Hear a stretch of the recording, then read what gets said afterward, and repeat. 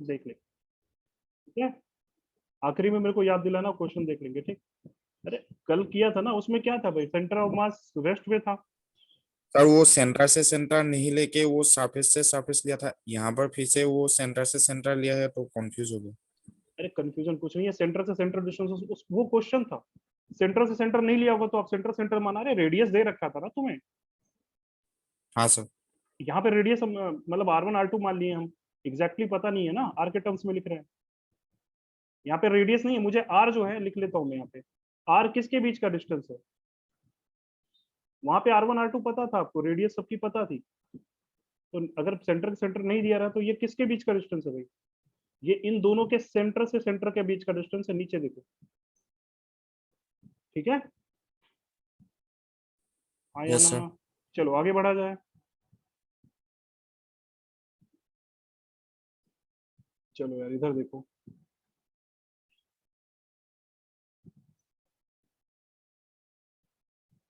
अगर मैं बोलूं यार ग्रेविटेशनल एनर्जी, सॉरी इसके अंदर सेंट्रीपिटल फोर्स, तो सेंट्रीपिटल का फोर्स का काम कौन करेगा, चाहे यहां से लिखो चाहे यहां से लिखो, एक ही बात है।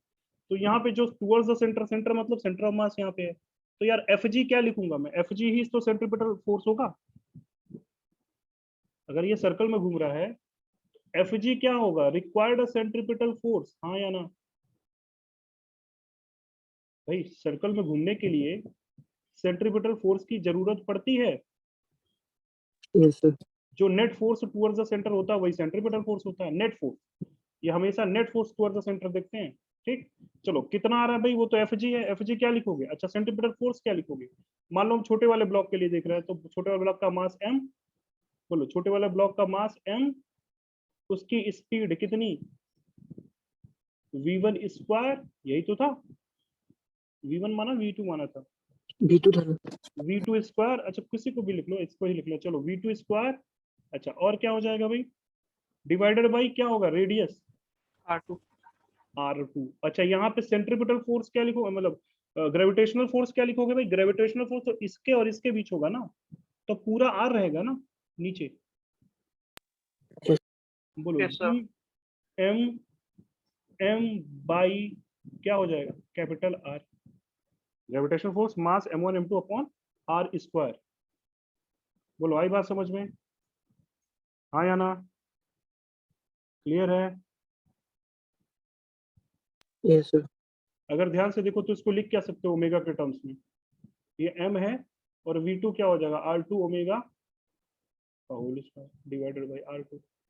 और यहाँ क्या हो जाएगा, ये रखो वैल्यू, तो G M M upon R, जरा R2 यहाँ पे देखो दिखेगा क्या, M R2 ओमेगा स्क्वायर, चाहे ऐसा मन करें, या फिर आप कैपिटल M इंटू R1, या इसको ऐसे भी लिख सकते हैं, कैपिटल M इंटू R1 क्या, वैल्यू डालो जरा R का, वैल्यू डालो R का, R2 का वैल्यू डालो, R2 की वैल्यू क्या थी भाई, M टाइम्स R2 की वैल्यू थी, R2 लिखना था, तो क्या हो जाएगा, तो M times R divided by M plus R ही तो आया था।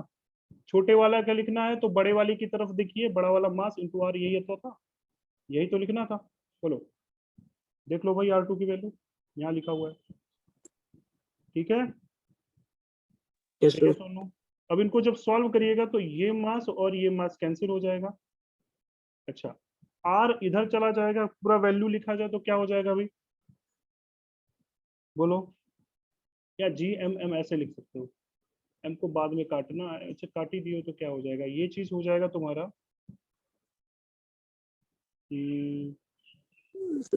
सर आर्ट्स पे था ना।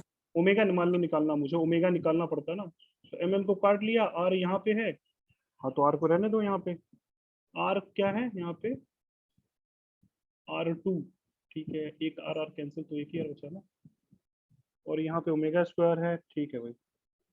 चलो एक आर बच जाएगा ना यहाँ पे,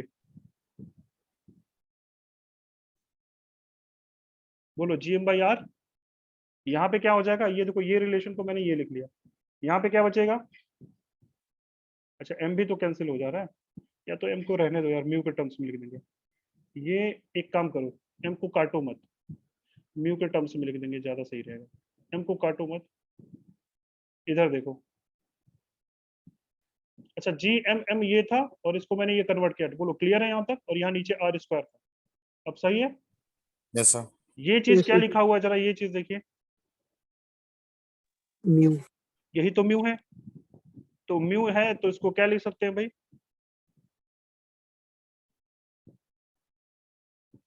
बोलो mu times R omega square हो जाएगा।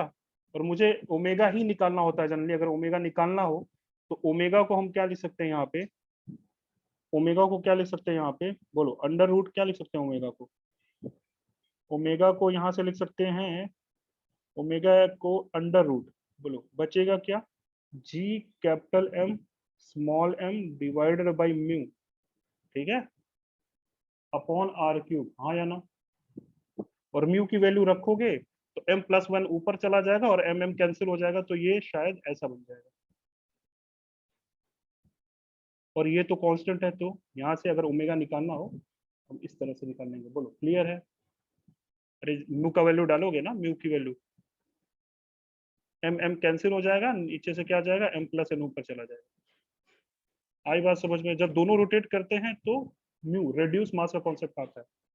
अब सोचो m बहुत बड़ा था, m बहुत छोटा है, तो आप करोगे तो आपका सीधे m सीधे सीधे आप क्या क्या आएगा, ठीक है। अगर यहाँ पे आप अप्रोक्सीमेशन ले लेते हो, क्या m बहुत बड़ा है तब भी रिजल्ट सही है, बोलो भाई, ठीक है। अप्रोक्सीमेशन ले लोगे, m बहुत बड़ा है तो क्या होगा, m को कॉमन ले लोगे, m बाई m, या m को हटा सकते हो तो gm अपॉन क्या आ जाएगा, आर क्यूब आ जाएगा, जो कि आप कंपेयर करोगे तो ओमेगा की वैल्यू ही आती है, हाँ या ना। ओमेगा मिल गया सबको, यस सर यहाँ से ओमेगा मिल जाता है और एक्सप्रेशन सॉल्व कर लेता है। पूछ लेगा टाइम पीरियड, कुछ भी पूछ सकता है, बोलो अब टाइम पीरियड पूछेगा तो सीधे ओमेगा मिल सकता है, क्या लिख देंगे, टाइम पीरियड सेम तो होता है लेकिन निकालने के लिए बोले तो क्या लिखोगे, चाहे आपका मन सीधे सीधे आप मेरे को 2 omega upon 2 pi by omega, value डालोगे तो क्या बनेगा भाई, 2 पाई, ओमेगा की वैल्यू ऊपर क्यूब चला जाएगा, नीचे क्या हो जाएगा, इसका उल्टा कर दो। और ध्यान से देखिए, इसको ऐसे भी लिख सकते हैं, t is equal to 2 pi root, बोलो जी एम प्लस एम, बोलो हाँ या ना। और आर पे पावर, याद करो कल ऐसा एक्सप्रेशन लिखा था जब एम की वैल्यू बहुत बड़ी थी, किसके रिस्पेक्ट में, एम के रिस्पेक्ट में, तो नीचे एम को इग्नोर कर देते थे, तो टाइम पीरियड क्या आ जाता था, 2 पाई, बोलो रूट जी एम, हाँ या ना। और आर पे पावर 3/2 आ रहा था, नहीं आ रहा था कल, यस सर तो बिल्कुल रिजल्ट सही है, जब एम बड़ा हो तो अप्रोक्सीमेशन ले लीजिए, हाँ या ना, अदरवाइज टाइम पीरियड ऐसे आएगा। बोलो नोट डाउन कर लो इसको, जल्दी से स्क्रीनशॉट ले लो जल्दी से। टाइम पीरियड आ गया, अभी कुछ बचा हुआ है, एनर्जी लिखना हमें बचा हुआ है, एनर्जी भी मॉडिफाइड हो जाएगा। अच्छा ये वैल्यू जरा देखो ध्यान से, ये किस पे डिपेंड कर रहा है, सीधे सीधे आप बोल सकते हो टी स्क्वायर आर क्यूब के प्रोपोर्शनल है, आगे यही केप्लर्स थर्ड लॉ बनेगा, ठीक है। अप्रोक्सीमेशन ले लीजिएगा ना, ये तब का है जब m बहुत बड़ा है, तो ये आप रेस्ट पे बांध सकते हो, तब जब ये रेस्ट पे होता है तो, बोलो भाई, याद है एनर्जी का टर्म क्या आता था जब ये बहुत बड़ा होता था, याद करो, ये पता होना चाहिए ये सब चीजें। बाइनरी स्टार सिस्टम में पहले बोल रहा हूँ कि एडवांस का टॉपिक है, आएगा तो इस तरह से आएगा, मैं क्वेश्चन ले लूंगा इस पे, टेंशन मत लो। टी टी अगर अगर मैं एक बोलूं कि m बहुत बड़ा है किससे, m से, तो t का वैल्यू तो आप निकालिए, टोटल एनर्जी क्या लिखते थे बताओ, फाइनल एक्सप्रेशन, ये आता था, यस सर। क्लियर, यही आता था। यस सर यहाँ पे क्या आता है टोटल एनर्जी, चलो देखते हैं, निकालते हैं, आओ इस केस में देखते हैं भाई, इस केस में क्या आ जाएगा, जहां देखो जहां m था वहां पे क्या रखोगे, याद है ना, चलो लिखते हैं भाई शुरू से, चलो एनर्जी लिखें तो क्या लिखेंगे भाई, टोटल एनर्जी, आओ लिखें, टोटल एनर्जी जब ये कंपेरेबल हो तब की बात कर रहे हैं, कंपेरेबल हो मतलब टोटल एनर्जी क्या होगा, kinetic energy plus potential energy, अब दोनों रोटेट कर रहे हैं, यहाँ पे दो काइनेटिक एनर्जी का टर्म आएगा, आई बात समझ में, कौन कौन, दोनों रोटेट कर रहे हैं ना यार, सन और प्लैनेट दोनों, मतलब समझ लो प्लैनेट और दोनों स्टार रोटेट कर रहे हैं, डबल स्टार में दोनों, क्या लिखोगे एनर्जी, बोलो भाई, क्या लिखना चाहिए? पहले तो बड़ा वाला रोटेट कर रहा है, हाफ एम वी, वी मतलब ओमेगा इंटू बड़े वाले के लिए R1 या R2? अरे वी है ना यहाँ पे, वी को आर ओमेगा लिखोगे ना। बोलो V2 लिखना हो तो R2 ओमेगा, और V1 लिखना हो तो R1 ओमेगा। एम V1 से चल रहा था तो V ओमेगा R1 लिख दिया मैंने। फिर यार इसके लिए क्या लिखोगे? दूसरी बॉडी के लिए हाफ उसका मास ओमेगा इंटू R2 का स्क्वायर। बोलो, V होता ना, यहाँ पे लिख दिया। काइनेटिक एनर्जी और पोटेंशियल एनर्जी क्या लिखेंगे आप?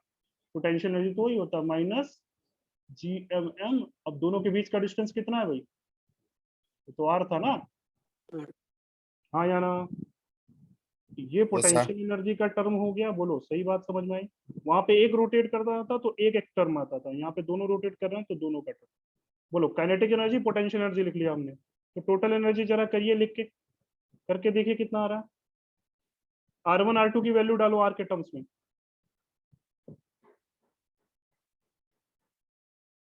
देखो करके देखो, ये आ रहा है क्या?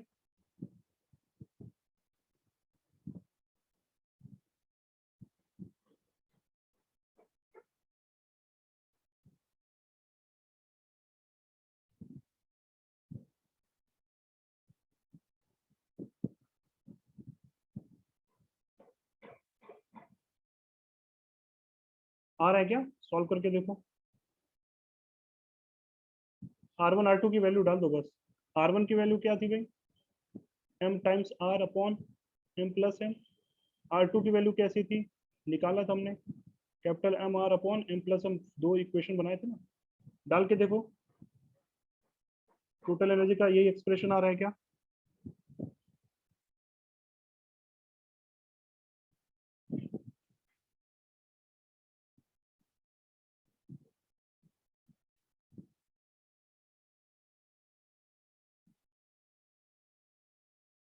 अरे हाँ या ना?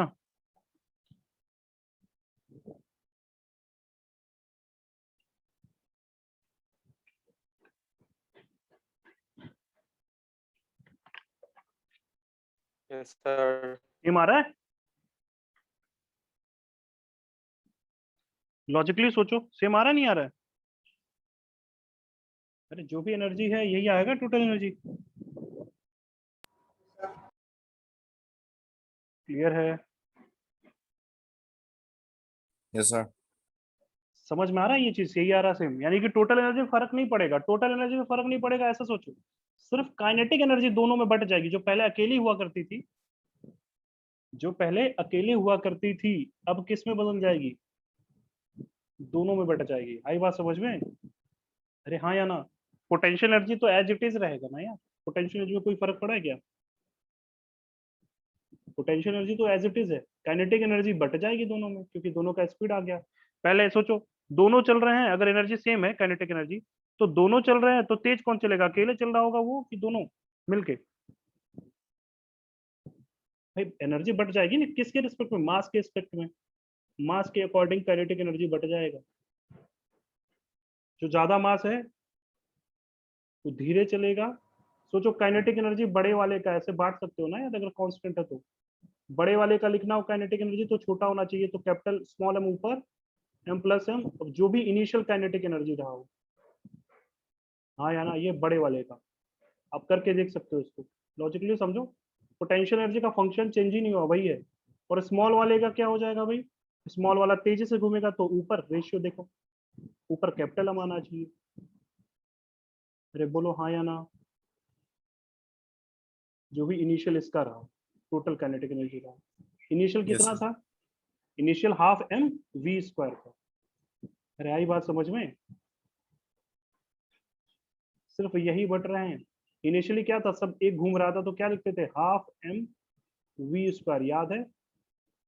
या फिर तुम अगर इसको GM के टर्म में रखना चाहते थे, रखो, तो ये कितना आता था? याद करो, GMM अपॉन 2R पॉजिटिव वाला। उस टर्म में रख के भी चाहे बांट सकते हो इसको।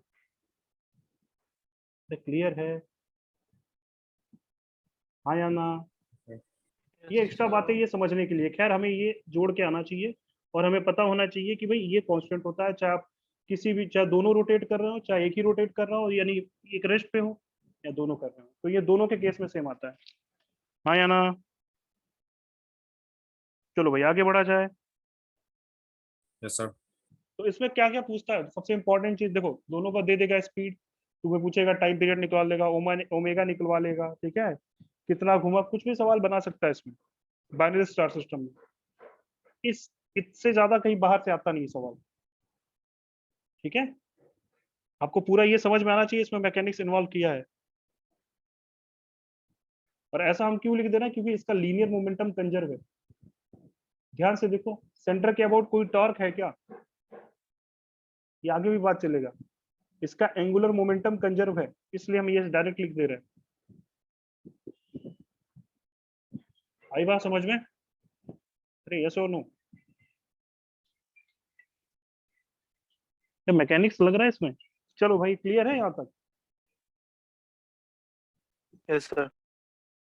ठीक, तो इससे रिलेटेड क्वेश्चंस यही आएंगे, टाइम पीरियड निकलवाएगा, ओमेगा ओमेगा टू की रेशियो दे देगा, काइनेटिक एनर्जी अलग अलग पूछ सकता है, काइनेटिक एनर्जी अलग अलग पूछ सकता है, ठीक। अच्छा, लॉस वॉस होगा क्या इसमें? कुछ लॉस हो सकता है क्या इसमें?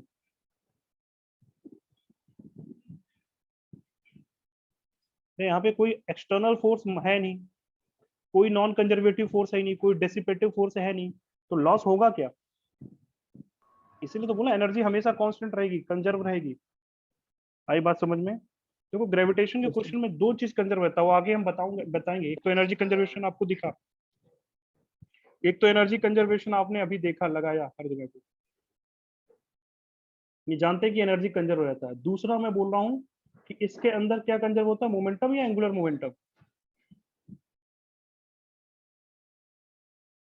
एंगुलर मोमेंटम कंजर्व होता है। क्या होता है भाई एंगुलर मोमेंटम? अभी आगे वही चल रहा है हम लोग करने।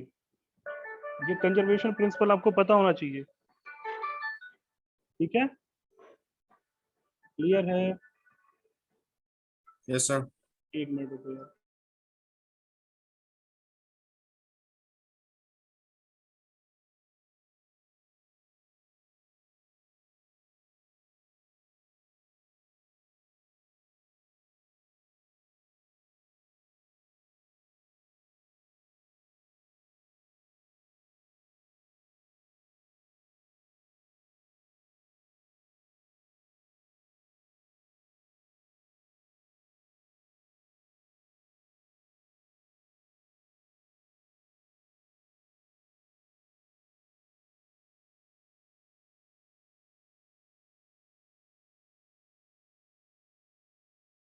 चलो भाई क्लियर है यहाँ तक? हेलो? Yes, sir. चलिए, तो अब हम लोग केपलर्स लॉ पे पहुंचते हैं। इसके क्वेश्चंस देखो, मैं एक दो क्वेश्चंस एग्जांपल ले लूंगा, पहले थोड़ा लॉ पढ़ लेते हैं, टाइम बचेगा नहीं, अदरवाइज क्लास अगले क्लास में ले लूंगा। रिवीजन वही है, देखो करना वही है जो मॉडर्न फिजिक्स में पढ़ा था हम लोगों ने, उससे ज्यादा है नहीं। मैंने वहां भी बोला था देखो ऐसी चीज हम ग्रेविटेशन में पढ़ेंगे, बोला था नहीं बोला था वहां पे? ऐसी चीज हम ग्रेविटेशन में पढ़ेंगे, नाम होगा बाइनरी स्टार सिस्टम। अच्छा, मैं बात कर रहा था एंगुलर मोमेंटम कंजर्वेशन की, ठीक है, यहाँ पे सुनो, यहीं पे था ना एंगुलर मोमेंटम कंजर्वेशन। अगर ध्यान से देखो तो लॉजिक समझ में आना चाहिए, जो भी फोर्स लग रहा है वो देखो सेंटर से पास हो रहा है क्या? इन दोनों के बीच जो भी फोर्स लग रहा है क्या सेंटर से पास हो रहा है क्या?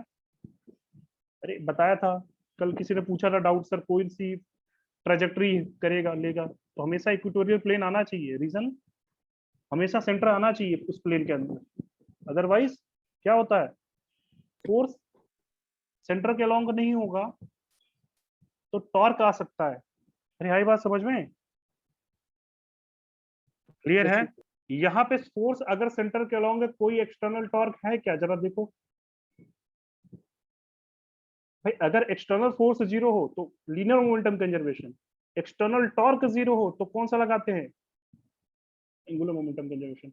इन्हीं दो कंजर्वेशन प्रिंसिपल पे अच्छे अच्छे सवाल बनते हैं और बढ़िया सवाल बनते हैं, इन्हीं दो कंजर्वेशन से निकल जाता है आपका, ठीक है। आई बात समझ में? हालांकि मोमेंटम कंजर्वेशन लगता है जब रॉकेट वॉकेट जाके ऊपर फूटता है या फिर, ठीक है। अरे आई बात समझ में?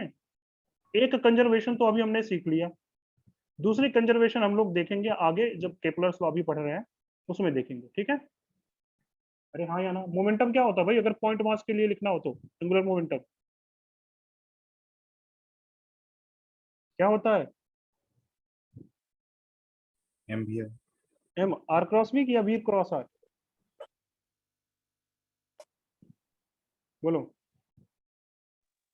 आर क्रॉस वी, या ऐसे बोल सकते हो इसको, L is equal to M we R perpendicular या M V perpendicular point mass के लिए।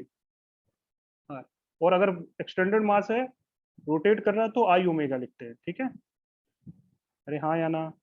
खैर हमें इतने से काम है। ठीक, क्लियर है एंगुलर मोमेंटम लिखने का तरीका? Angular momentum is momentum of momentum, moment of momentum, ऐसे कहते हैं एंगुलर मोमेंटम को। L vector is R cross P vector. P क्या है भाई? Linear momentum. पी क्या है? Linear momentum. ये एल क्या है? Angular momentum. आई बात समझ में? अरे हाँ या ना? Yes sir. क्लियर है? तो किसी पॉइंट मास के लिए ऐसे लिखते हैं। खैर हम लोग आगे चलते हैं, केपलर्स लॉ।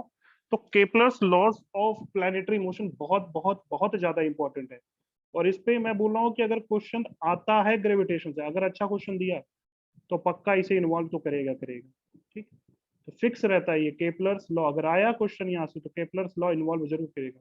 तो लिख लो Kepler's laws of planetary motion.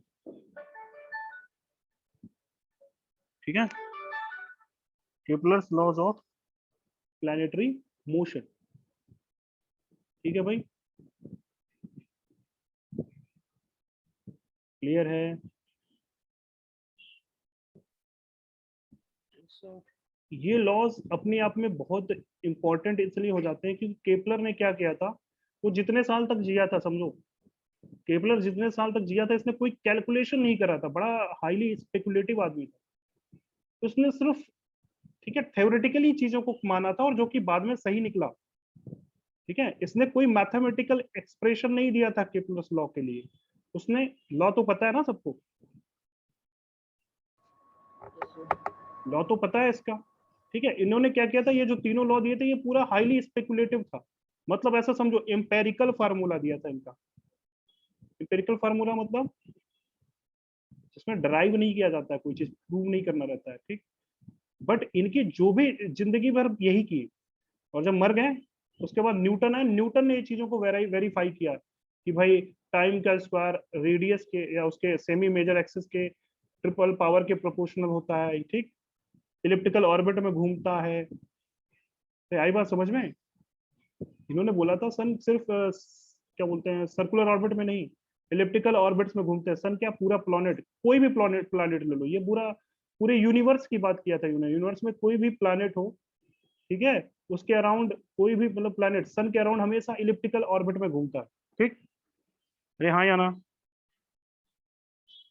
Yes sir. Sir तो चलो पहले देख लेते हैं इसके अंदर इलिप्टिकल ऑर्बिट क्या होता है। तो सबसे पहले इलिप्स देखते हैं। इलिप्स तो सभी को क्लियर होगा, जल्दी जल्दी देख लेते हैं भाई इलिप्स क्या होता है, फिर आगे बढ़ते हैं प्रॉपर्टीज इलिप्स की और ये सब देख लेते हैं। बोलो, इलिप्स तो क्लियर होगा मेरे ख्याल से सबको। Yes, sir. मैथ्स पढ़ चुके हो और कोऑर्डिनेट पढ़ चुके हो, कोनिक सेक्शन क्या होता है भाई अगर ऐसा इलिप्स हो। ठीक है, जल्दी जल्दी इसको करते हैं। चलो भाई, बोले तो ये क्या कहते हैं इसको, ये ओरिजिन हो गया। ये क्या है आपका, वर्टेसेस। इलिप्स ऐसे हुआ, इस डिस्टेंस को क्या बोला जाता है भाई? इक्वेशन क्या होता है अगर मैं, चलो इस डिस्टेंस को क्या बोलते हैं? ए। और ये क्या होता है? बी। ये कौन सा है भाई? ये शेप तब बनता है जब ए बड़ा हो किससे? बी से। ए को क्या बोलते हैं? लेंथ। लेंथ ऑफ, भाई ये वाला लेंथ क्या कहलाता है? Semi major axis, major axis. ये जो ये वाला लेंथ, ये होता है आपका मेजर एक्सिस। Major. ठीक है, और ये क्या होता है? Minor axis. क्लियर है? अच्छा, ए को क्या बोलते हैं भाई? Length of semi major axis. A, ये तो बोलोगे। बी क्या होता है भाई? Length of semi minor axis. दिख रहा है सभी को? थोड़ा बड़ा बड़ा दिख रहा है। ये माइनर, ये मेजर एक्सिस। क्लियर है? आई बात समझ में? तो ये लिफ्ट किस क्या होता है, इलिप्स को इस तरह से डिफाइन करते हैं। मतलब ये आप समझ लो, ऐसे समझो, एक्स क्या है यहाँ पे और वाई क्या है? Minor axis. ये तभी डिफाइन होता है, इसके लिए ये बोल सकते हैं भाई जिसमें major axis semi major axis length ज्यादा है किससे, सेमी माइनर एक्सिस से, तो इस तरह का शेप होगा, अदरवाइज दूसरे तरह का शेप होता है। ठीक है, इसके अंदर क्या होता है भाई, दो फोकस होते हैं, मतलब आप समझो फोकाई होते हैं दो। ठीक, क्लियर। इसकी डिस्टेंस ये कितनी होती है यार फोकस की, अगर ये सो ओरिजिन मानो तो AE ए ई, इसके लिए इसको लिखते हैं ए ई कॉमा 0, और ये क्या लिखेंगे भाई माइनस ए ई कॉमा 0, पता होना चाहिए ये सब, दो फोकस होते हैं। ठीक है, F1 F2 ये आपके वर्टिसेस होते हैं। बोलो इसका कोऑर्डिनेट क्या होगा भाई, a कॉमा 0, अगर ओरिजिन माना मैंने इसको ओ, ये क्या हो जाएगा माइनस a कॉमा 0। लेंथ बताओ जरा, बोलो अगर मैं बोलूं ये डिस्टेंस जरा बताओ,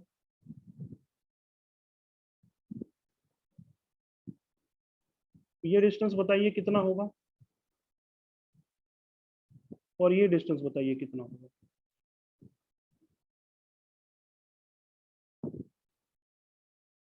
ये डिस्टेंस कितना होगा फोकस A से, minus ये वाला A. डिस्टेंस। अगर मैं बोलूं ये ए ई है, ये टोटल ए है, तो ये बचा कितना, ए वन माइनस ई, और ये क्या बचा ए वन प्लस ई, हाँ या ना। ये इसे मैक्सिमम दूरी पे, ये मिनिमम दूरी पे, अच्छा आर वन आर टू लिख लो, आर वन डिस्टेंस, ये आर टू डिस्टेंस, हाँ या ना।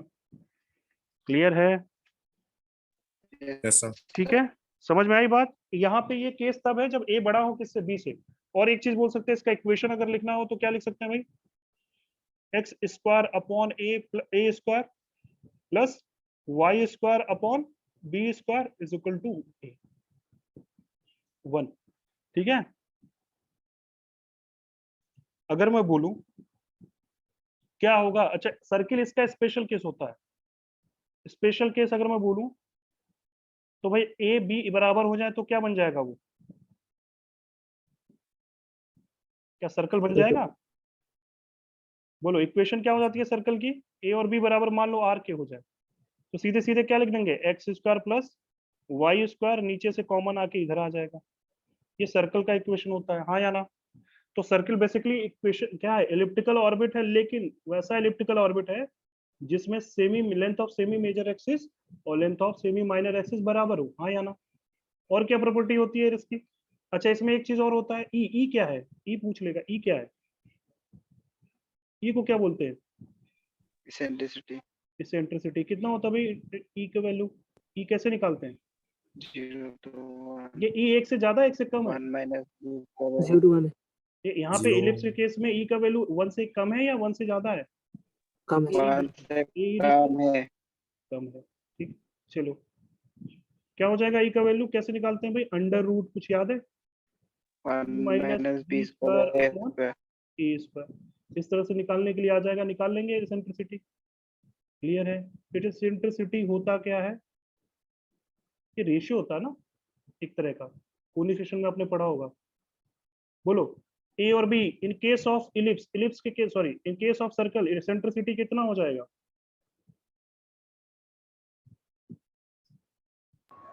0 1 की 0, 1 0 पैराबोला में होता है, 1 पैराबोला में होता है,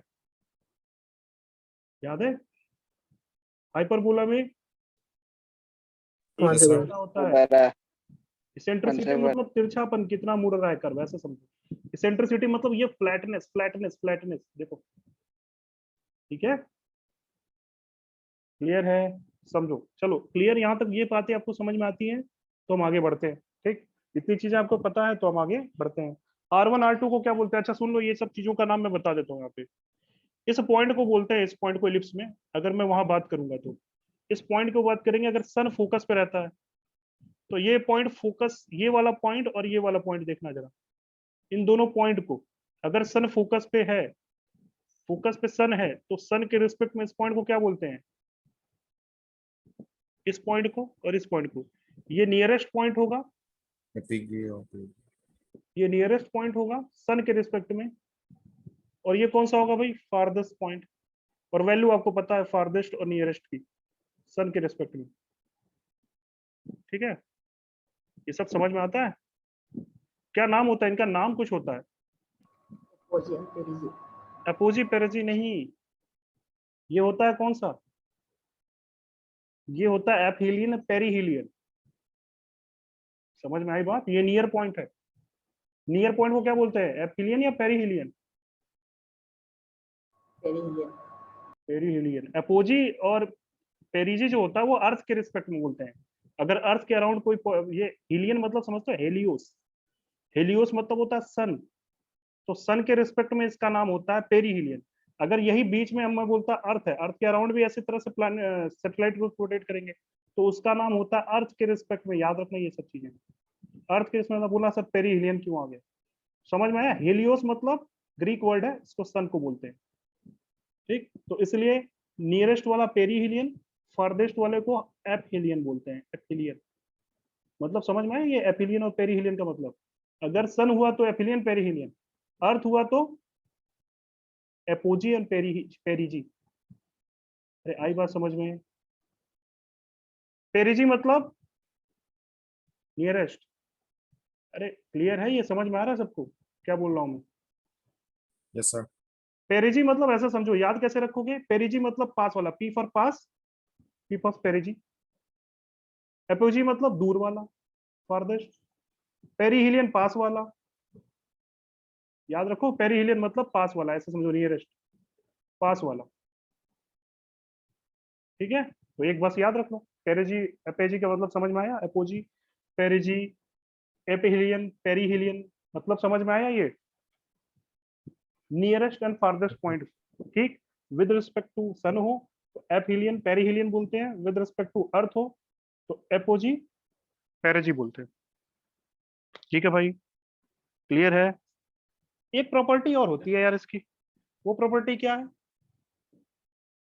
एक प्रॉपर्टी और होता है इसका, वो क्या होता है प्रॉपर्टी। मान लो सर यहां से मैंने कोई पॉइंट यहाँ पकड़ लिया, और यहाँ से मान लो मैंने एक ऐसे एक स्ट्रिंग ली, एक फोकस से और दूसरे फोकस से बांध दिया, और स्ट्रिंग का इस तरह से मैं नचा रहा हूँ। तो ये अगर मान लो ये d1 डिस्टेंस है, ये d2 डिस्टेंस है, तो d1 बराबर क्या हो जाएगा, d1 प्लस d2 क्या हो जाएगा, कांस्टेंट।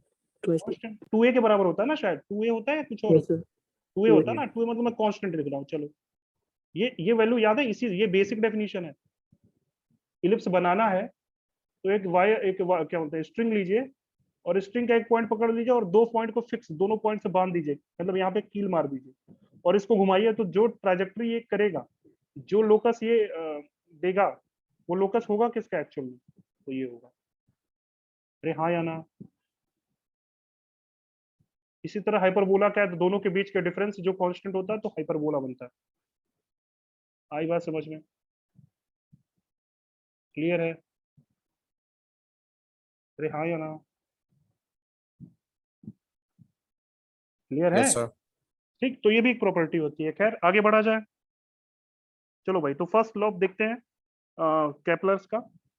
ये समझ में आया सबको, ये यस सर इलिप्स के बारे में जो भी था, इसे मुझे बताना इसलिए पड़ा कि इनका आगे बहुत यूज होता है, इसलिए मैंने बता दिया। ठीक है, चलो आगे देखते हैं।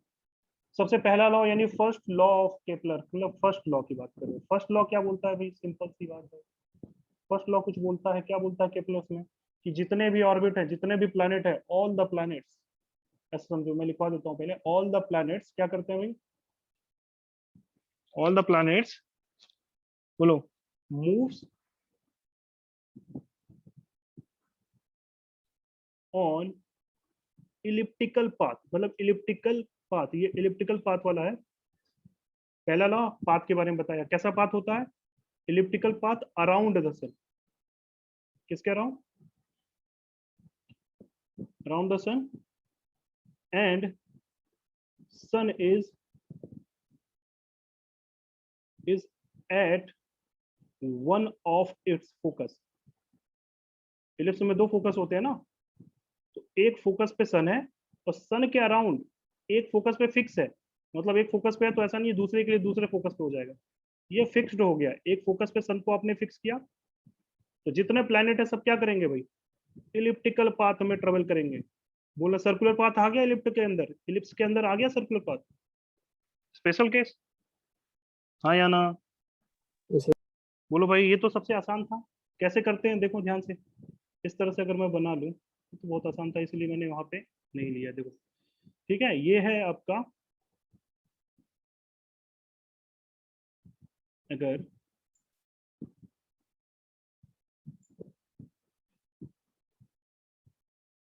इलिप्टिकल पाथ मान लो ये हो गया इस तरह से सन, ठीक है, ये सन एक फोकस पे आ गया, तो आपका इसका दूरी पता है यहाँ से ए, और ये कैसे घूम रहा है भाई, मान लो प्लैनेट ऐसे ऐसे है, तो प्लैनेट यहाँ से ऐसे घूम रहे होंगे। बोलो आई बात समझ में, क्लियर है? ठीक है,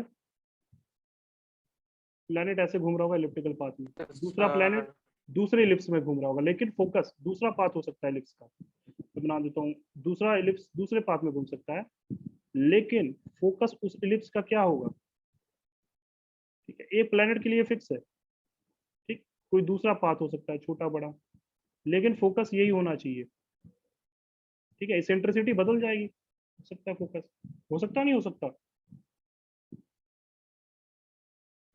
बोलो क्लियर है? मैं एक ही का दिखा रहा हूँ, या कंफ्यूजन ना क्रिएट करते हुए, मतलब कोई भी प्लैनेट होगा इस तरह घूमेगा, ठीक है, जब यहाँ रहेगा, देखो हमेशा इसका एक ग्रेविटेशनल फोर्स सन की तरफ लगेगा, देखो ध्यान से, इसका ग्रेविटेशनल फोर्स किधर लगेगा, towards the sun, sun focus पे है तो ग्रेविटेशनल फोर्स ऐसे लगेगा, बोलो घूम रहा है ऐसे, आई बात समझ में? यस और नो? स्पीड मान लीजिए, स्पीड हर जगह की अलग अलग होगी, बोलो क्लियर है ये? टेंजेंशियल, टेंजेंशियल, क्लियर है ये? इस तरह से सन फोकस पे होगा, ठीक। यस अगर सर। ये सन है तो इसका नाम अब समझते हो कि ये फार्देस्ट पॉइंट है, और ये कौन सा है बोलो जल्दी से, ये पेरीहेलियन, ये ठीक है, और ये क्या हो गया आपका फार्देस्ट Aphelion। पॉइंट, एफेलियन। हेलियन मतलब ऐसा समझो, हेलियोस मतलब होता है, हेलियोस मतलब ग्रीक वर्ड में बोला जाता है, इनकी पूजा होती है, सन हर जगह पूजे जाते हैं, इनका नाम वहाँ पे हेलियोस, ग्रीक ग्रीक देवता इसको बोलते हैं हेलियोस, हेलियोस मतलब वो सन का ही यूज मतलब पूजा करते हैं, ठीक। बहुत सारी मूवीज वूवीज में देखा होगा आपने, वो थोड़ा शायद द मम्मी वमी टाइप के मूवी में, ठीक है, क्लियर है? यस ये सर। बात समझ में? सेकंड जो लॉ है ये समझ में आया सबको? फर्स्ट लॉ तो आसान था यार, इलिप्टिकल ऑर्बिट वाला था, सेकंड लॉ सबसे ज्यादा रिवोल्यूशनरी है, और बहुत बहुत धांसू लॉ है ये, समझना ऐसे, बहुत हैवी लॉ है ये। सेकंड लॉ जो दिया है यहीं से सब निकल के आते हैं, फर्स्ट लॉ तो चलो ठीक है भाई, क्या है कि सभी प्लैनेट घूमते हैं किस पे, इलिप्टिकल ऑर्बिट पे, और क्या है, सन इसके एक फोकस पे होता है। सेकंड लॉ मेन बताता है, क्या बोलता है सेकंड लॉ, बोलता है सेकंड लॉ कि मान लो, चलो देखते हैं, स्टेटमेंट ये है कि इक्वल एरिया, स्टेटमेंट आपको पता होगा, equal area can be swept in equal time, equal area can swept in equal time, ये लॉ है, ठीक है। खैर मैं उसको समझाता हूँ कहता क्या, कहना क्या चाह रहा है, आई बात समझ में? ये लॉ ऑफ स्वीपिंग एरिया है, law of equal area swept in equal time, यही लॉ है, ठीक है। पहला तो लॉ बता दिया भाई कहाँ कहाँ पे सब है, अगर ये घूम रहा है तो इसका मतलब ये बताया जा रहा है कि मान लीजिए आपका सन तो यहीं पे था, ठीक है भाई, और ये प्लैनेट इस तरह से घूम रहा है, तो मान लीजिए प्लैनेट पहले कहीं यहाँ था और घूम के कहीं यहाँ पहुंचा, ठीक है, एक ही प्लैनेट है जो घूम रहा है ऐसे, ये ऐसे चला था यहाँ से घूम के यहाँ तक आया, ऐसे बनाना है, समझो ऐसे समझो, ए से बी तक आया, ऐसा समझो, ए से चला बी तक आया, तो कुछ टाइम लेगा नहीं लेगा, और कुछ एरिया स्वेप करेगा नहीं करेगा, कुछ स्पीड से। अच्छा इसकी स्पीड अलग अलग होगी ये समझना, मान लीजिए ये एरिया A1 है, ठीक है, या एरिया A1 है, एरिया A1 है, और फिर कहीं ये इतना जितना टाइम लिया इसको मान लो T टाइम लिया इसके अंदर, फिर ये घूमते घूमते घूमते कहीं यहाँ पे आया,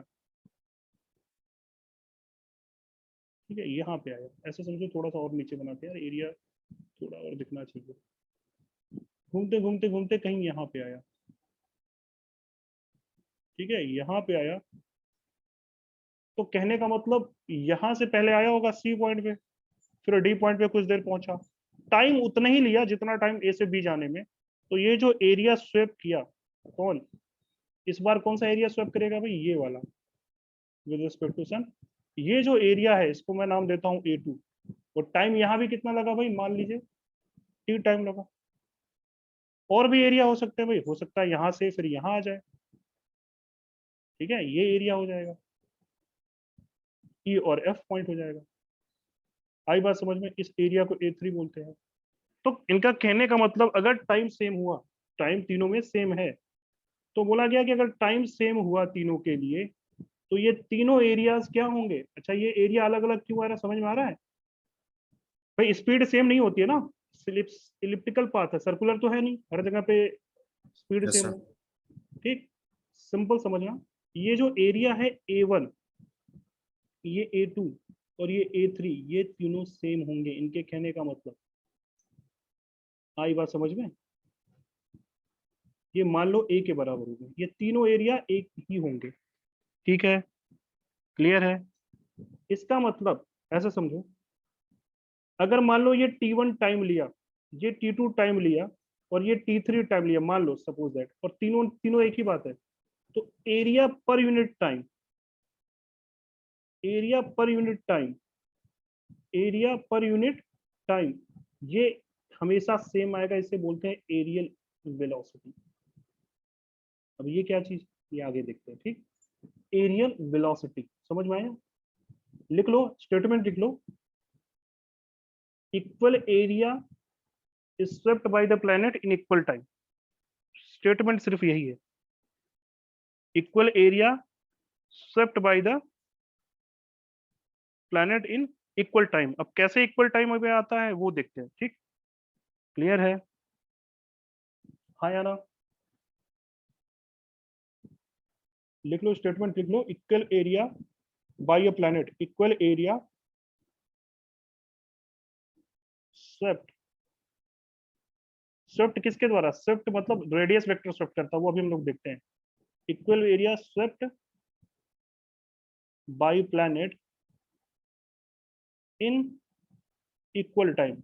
अब किस किस पाथ पे बोल रहा है, तो इलिप्टिकल पाथ ऑलरेडी पता है, सन जहां एक फोकस पे, ठीक है भाई, क्लियर है? ये सेकंड लॉ करता है, अभी इसका प्रूफ करते हैं हम लोग, ठीक। ये समझ में आए areal speed? Yes sir. Areal speed मतलब एरिया का स्पीड, एरिया स्वेप्ट करने का स्पीड, ठीक है। आइए देखते हैं इसको आगे, मैं नेक्स्ट स्लाइड पे ले रहा हूँ, ठीक, ये सीखो। अब कैसे हो रहा है ये देखना पड़ेगा। चलो क्लियर है, बनाओ इसको।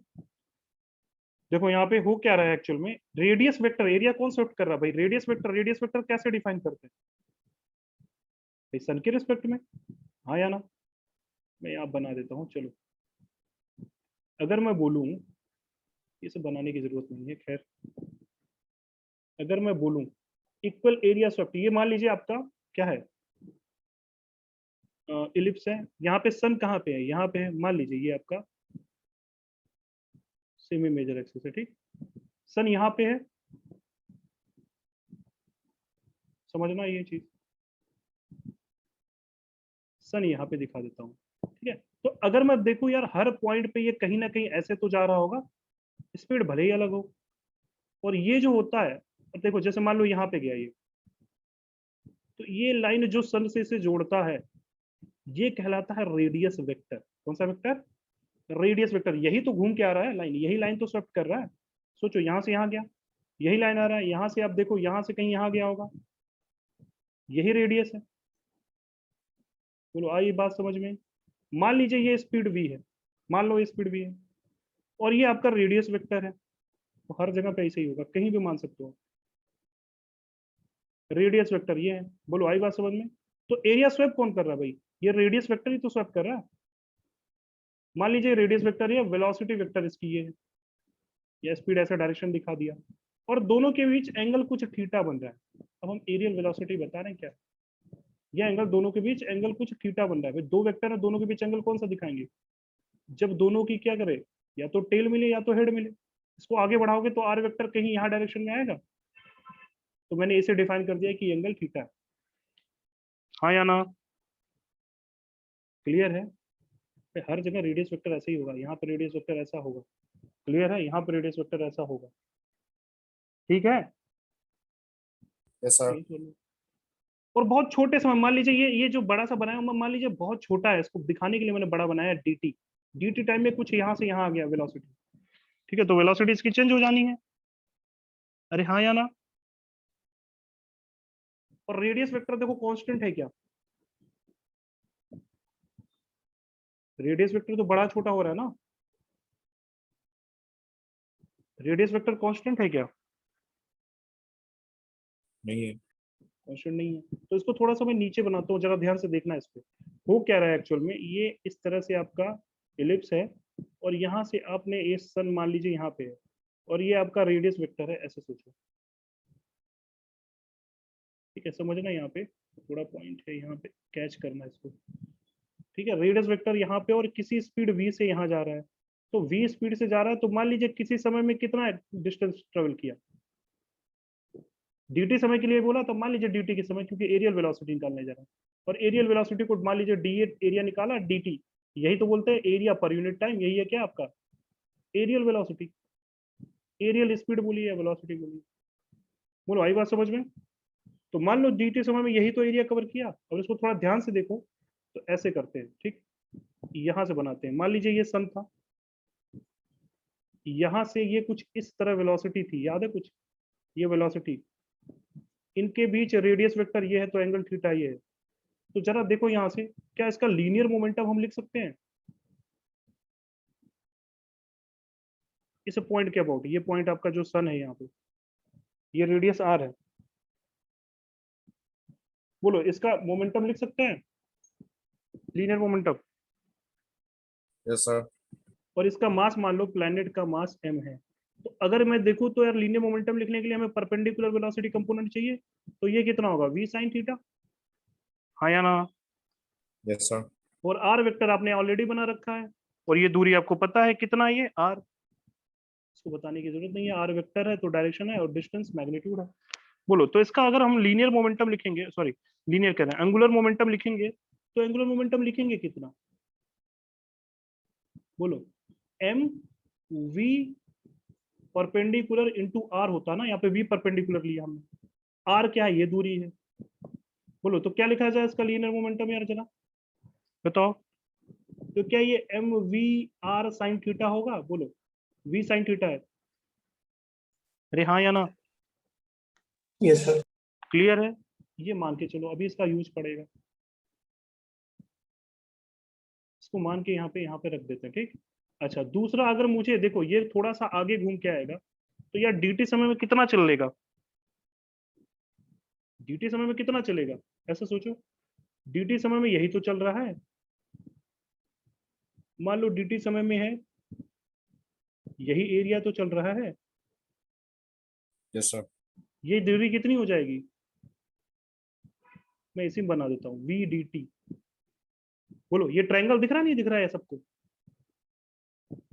मैं इसका एरिया मान लेता हूँ dA, कितने समय में चला यार, dt समय में, तो बोलो जरा dA कितना लिखेंगे इसका, एरिया ऑफ ट्रायंगल, देखो ट्रायंगल दिख रहा नहीं दिख रहा है, और ट्रायंगल है तो क्या लिखते हैं, area base into half times base into height, हाँ या ना? हाइट को h मान लेते हैं, हाइट कैसे निकलेगा भाई, यहाँ पे परपेंडिकुलर ड्रॉप करो, इसको h लिख लो, तो क्या हो जाएगा हाइट,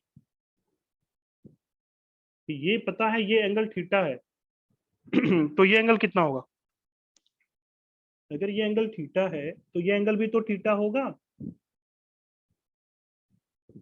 बोलो भाई, हाइट चाहिए ना मुझे इसका, तो मैं मान लिया यहाँ पे ड्रॉप कर दिया परपेंडिकुलर, तो जरा बताओ, अच्छा ये वेलोसिटी हमने दिखा दिया है, तो फिर यहाँ पे हटा के इधर कर देते हैं,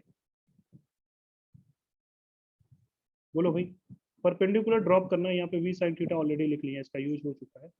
बोलो परपेंडिकुलर ड्रॉप करेंगे तभी तो हाइट मिलेगा, आप हाइट को x मान लो, h मान लो, जो मन करे मान लो, h मान लो, हाइट लिखना है हमें, ये हाइट परपेंडिकुलर है कि नहीं है, बोलो अगर ये vt है तो ये हाइट कितना होगा, h, क्या v dt sin थीटा होगा यार, यही तो बन रहा है ट्रायंगल, यस सर। सोचो ध्यान से, ये ट्रायंगल बन रहा है, मुझे ये हाइट चाहिए, ये ऑलरेडी v dt है और ये एंगल थीटा है, तो ये हाइट कितना होगा, v dt sin थीटा, हाँ या ना? बेस कितना होगा, ये बेस, ये बेस, अब देखो रेडियस वेक्टर है, और ये dt समय में रेडियस वेक्टर बहुत ज्यादा चेंज नहीं हो जाएगा, r ही तो रहेगा, यही था रेडियस वेक्टर यार, बहुत ज्यादा चेंज थोड़ी होगा, dt बहुत छोटा सा है ना। अरे रेडियस वेक्टर अभी बोला, बोलो भाई, ये आई बात समझ में? हाँ या ना?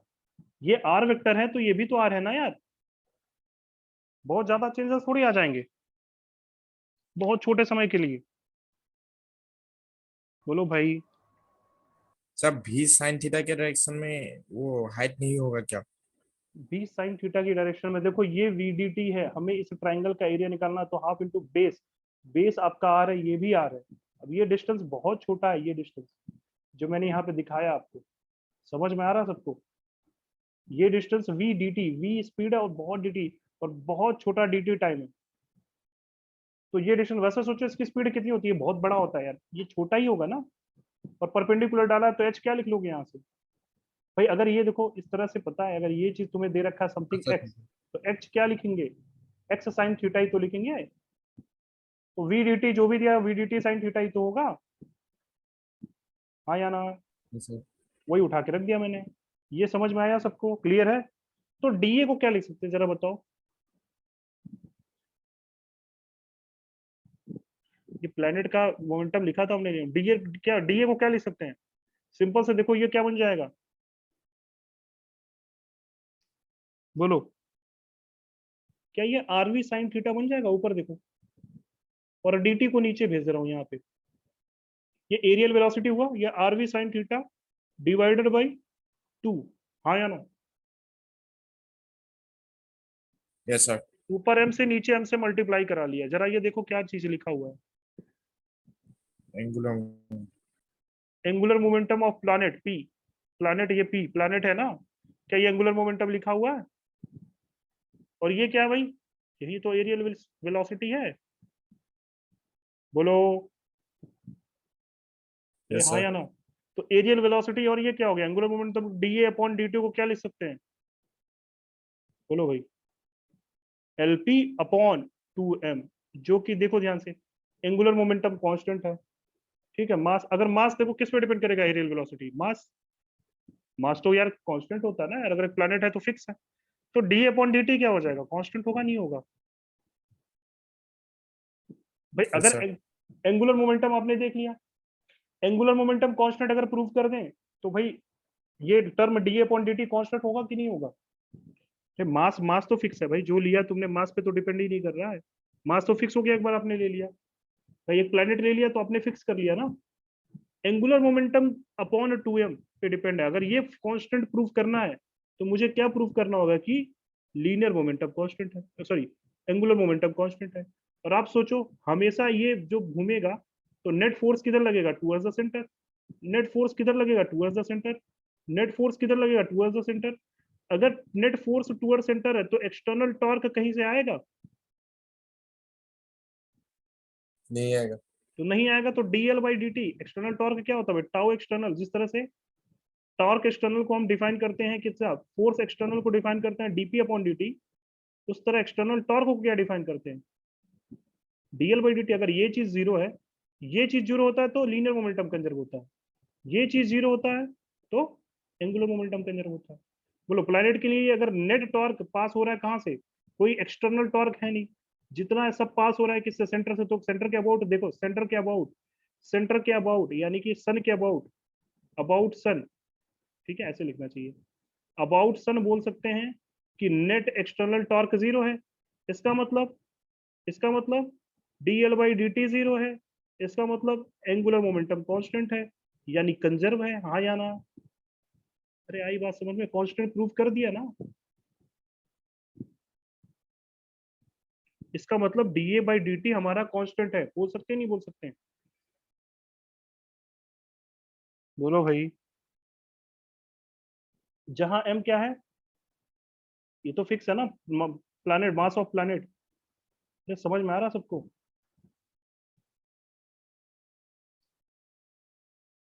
बोलो यार, Yes, sir. लिख लो, ओनली कौन सा फोर्स लग रहा है, ओनली कौन सा फोर्स लग रहा है भाई? ओनली ग्रेविटेशनल फोर्स लग रहा है जो कि सन के अबाउट ही गुजर रहा है, इसलिए कोई एक्सटर्नल टॉर्क है नहीं, एक्सटर्नल टॉर्क है नहीं, तो एंगुलर मोमेंटम कंजर्व है, एंगुलर मोमेंटम कंजर्व है मतलब कांस्टेंट है, तो इसका मतलब एरियल वेलोसिटी कांस्टेंट होगी। अरे हाँ या ना? एरियल वेलोसिटी कांस्टेंट होगी तो इक्वल एरिया में, इक्वल टाइम में इक्वल एरिया ही तो स्वैप करेगी। खुद ही सोचो। अरे प्रूव हो गया? हाँ या ना? Yes, sir. ये क्लियर है ये? बोलो भाई, समझ में आया मैंने क्या बोला? Yes sir. भाई इक्वल, मैंने एरियल स्पीड को प्रूव कर दिया कांस्टेंट, इसका मतलब जितना भी टाइम रखो, फिक्स टाइम रखोगे तो फिक्स फिक्स एरिया चलेगा हमेशा, जबकि इसकी लीनियर वेलोसिटी कभी कांस्टेंट नहीं है, देखो ध्यान से, हर जगह पे बदलेगी। बोलो पास में ज्यादा होगी कि दूर में जाने में कम होगी? प्रूफ बता सकते हो यार?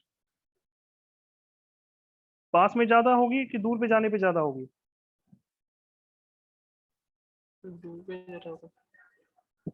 एक्चुअल में ये होता ही है सन के पास, जानते हो क्या होता है? ऐसा ही होता है, जब पास में होता है सन तो क्या होता है, हीट ज्यादा होता है ना। तो सोचो, लॉजिकली समझो, पास में स्पीड ज्यादा होगी, दूर में ज्यादा होगी स्पीड,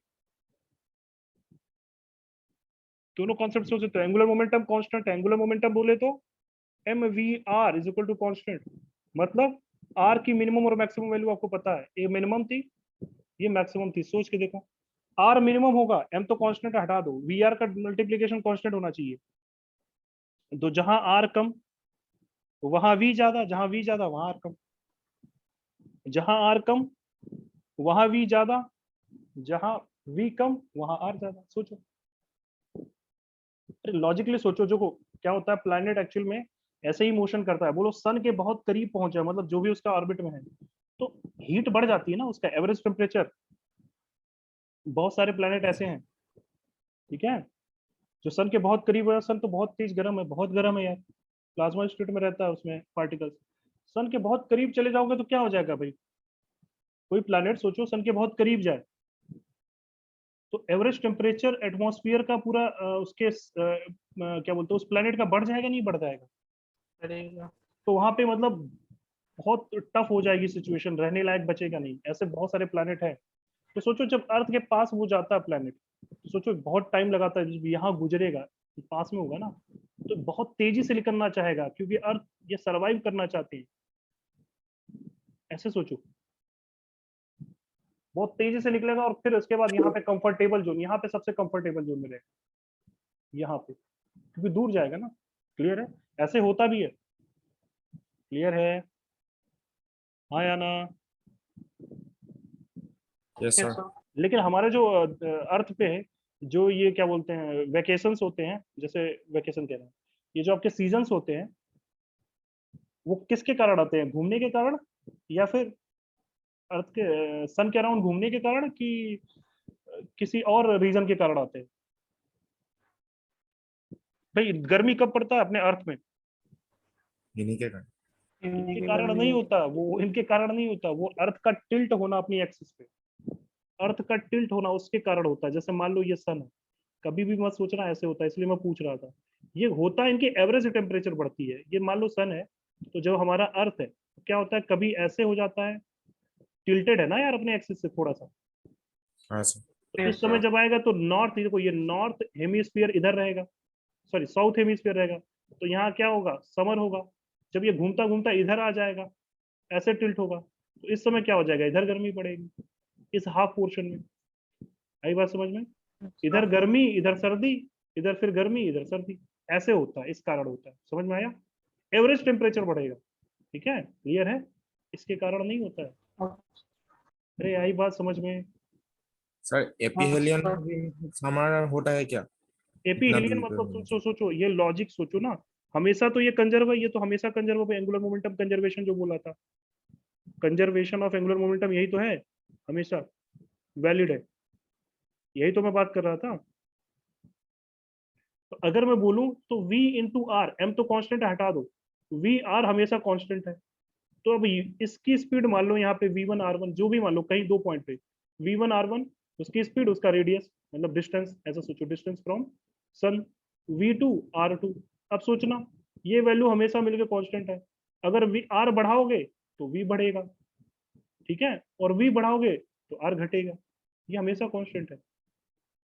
लॉजिकली सोचो ना, जब तुम यहाँ पे रहोगे, यहाँ पे रहोगे, मान लो यहाँ पे मैं दिखा देता हूँ, यहाँ पे तुम ऐसे जा रहे हो, तुम्हारी स्पीड मान लो ये v1 है और ये डिस्टेंस कुछ r1 है, ये छोटी डिस्टेंस से बड़ी वाली है, तो तेजी से भागोगे ना, ये छोटा है और ये बड़ा होना चाहिए, तभी दोनों का मल्टीप्लीकेशन कांस्टेंट आएगा। और जब तुम यहाँ जाओगे तो ये v2 है और ये क्या है, डिस्टेंस r2 है, सन से लेते हैं डिस्टेंस, तो तुम सोचो r2 बड़ा हो गया तो v2 धीरे धीरे जाएगा, यहाँ तेज जाएगा ताकि ज्यादा एरिया ले, यहाँ धीरे धीरे जाएगा क्योंकि एरिया ऑलरेडी बड़ा है, एरिया हमेशा बराबर होगा ना इक्वल टाइम में। सोचो, अरे बोलो, समझ में आई बात?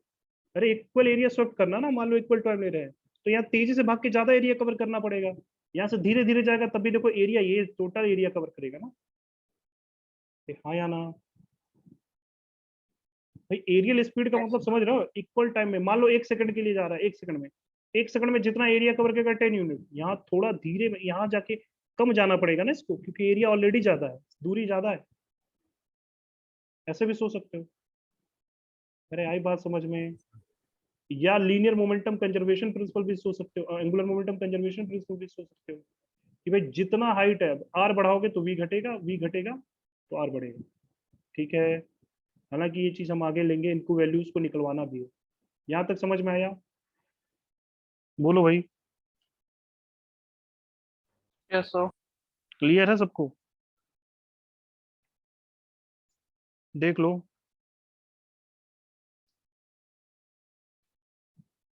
कुछ ये दूसरा जो लॉ है, क्लियर है सबको? हाँ ना तो बोलो यार, तुम ठंडे में चले जाते हो सब लोग। Yes sir.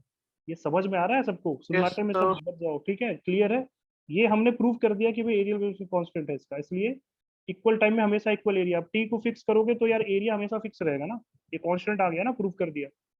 चलिए नेक्स्ट अगर बात करें तो थर्ड लॉ की बात करना, ठीक। थर्ड लॉ, अगेन ये सेकंड लॉ से डिराइव होता है, खैर सबसे ज्यादा इंपॉर्टेंट सेकंड लॉ होता है। थर्ड लॉ क्या बोलता है कि जो टाइम पीरियड ऑफ ऑक्सीलेशन होता है, टाइम पीरियड ऑफ रिवोल्यूशन होता है किसी भी प्लेनेट का, वो डायरेक्टली प्रोपोर्शनल होता है सेमी मेजर एक्सिस लेंथ के क्यूब के बराबर, ठीक है। या कभी कभी इसको ऐसे भी लिख सकते हो, हालांकि यही स्टेटमेंट है, लिखवाने की जरूरत नहीं है, ठीक है। तो इसको प्रूव करेंगे। एक्चुअल में क्या होता है, ये हमेशा इस पे डिपेंड करता है, यही बस लॉ है third. Length of semi major axis क्या माइनर एक्सिस पे डिपेंड करता है क्या? अब वो चीज अगर सर्कल हो जाएगा तो ए का वैल्यू क्या हो जाता था, इसको न्यूटन साहब ने प्रूव किया था।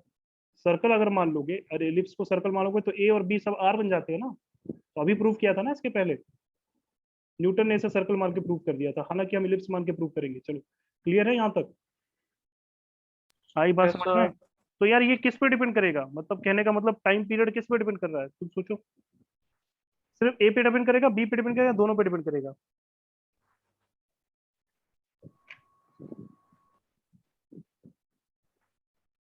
ए पे डिपेंड करेगा, बी पे डिपेंड करेगा, या दोनों पे डिपेंड करेगा, तुम बोलो।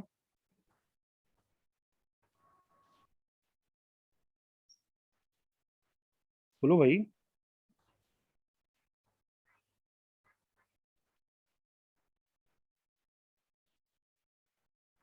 ये क्लियर है?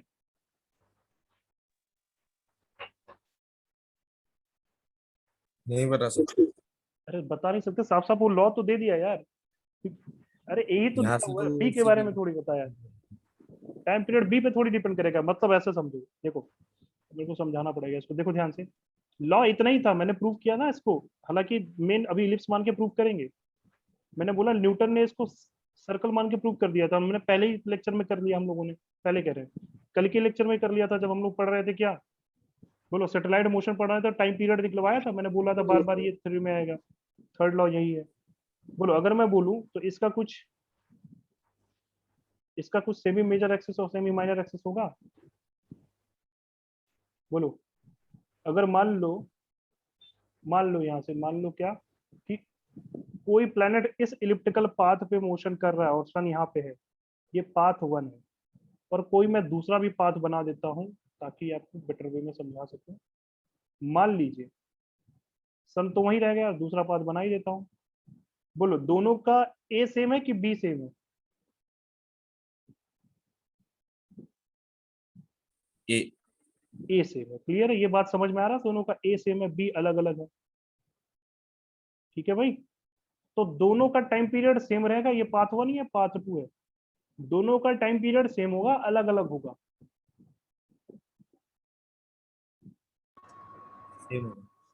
बस ए पे डिपेंड करता है ना। तो T1 इक्वल टू हमेशा क्या होगा? T2। अब जितने भी हों, अगर सबका ए सेम हुआ तो टाइम पीरियड सेम होगा पाथ का। ठीक है, आई बात समझ में?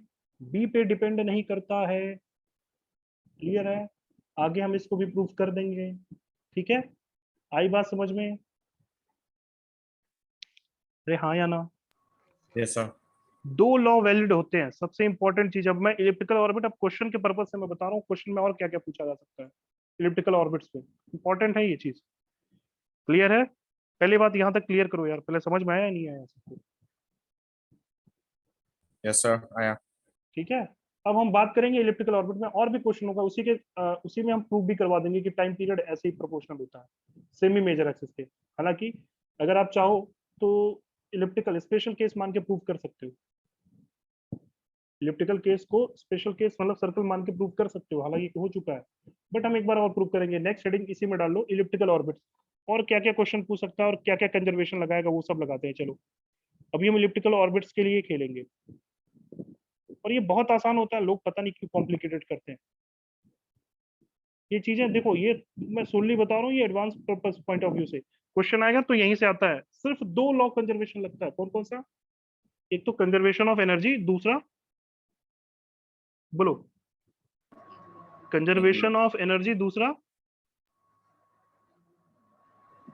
Angular angular momentum conservation. ठीक है, तो भाई अब बनाता हूँ मैं यहाँ पे इलिप्स में, देखते चलो सब लोग। अब इलिप्स के बारे में पूरा यहाँ पे निकालते हैं, कौन कितना होगा, वेलोसिटी वेलोसिटी सब निकालते हैं। अभी तक बताया था, अब निकालते हैं।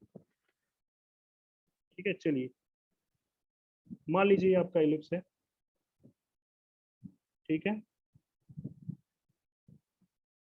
और आपका सन एक फोकस पे यहाँ पे कहीं पे है।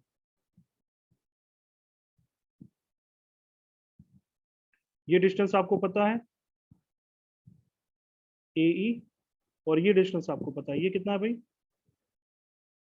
इसे मैं R1 बोल रहा हूँ, और ये वाले डिस्टेंस को मैं R2 बोलने जा रहा हूँ। ये वाले डिस्टेंस, हमेशा डिस्टेंस कहाँ से लेते हैं भाई? फोकस। कौन सा फोकस? जहाँ पे सन हो, सन से, ऐसे बोलो सन से। ठीक है, यहाँ से लेते हैं R2। मान लीजिए ये ऐसे जा रहा है, ठीक, तो यहाँ की स्पीड कुछ होगी V1, यहाँ की कुछ स्पीड होगी V2। बोलो, ये पॉइंट आपको पता है, ये पॉइंट का नाम क्या होता है अगर सन है तो? पेरिलियन। अब समझ में आता है? बाकी मैं लिखवा नहीं रहा हूँ। ठीक है भाई, हाँ या ना? क्लियर है? Yes sir. सर ये मिट गया क्या? अब ऐसे समझो, ठीक, क्लियर है? आइए देखते हैं इधर। तो ये चीजें समझ में आती है, ये R2 है। अब R1 को कभी कभी देखो R मिनिमम बोलते हैं किसी किसी में। आपको समझ में आता है ये मिनिमम डिस्टेंस है। होता कितना है? A टाइम्स बचा कितना? A minus E। हाँ या ना? ये सब पहले क्लियर कर लें। इससे मिनिमम डिस्टेंस पॉसिबल है क्या? बोलो। नहीं।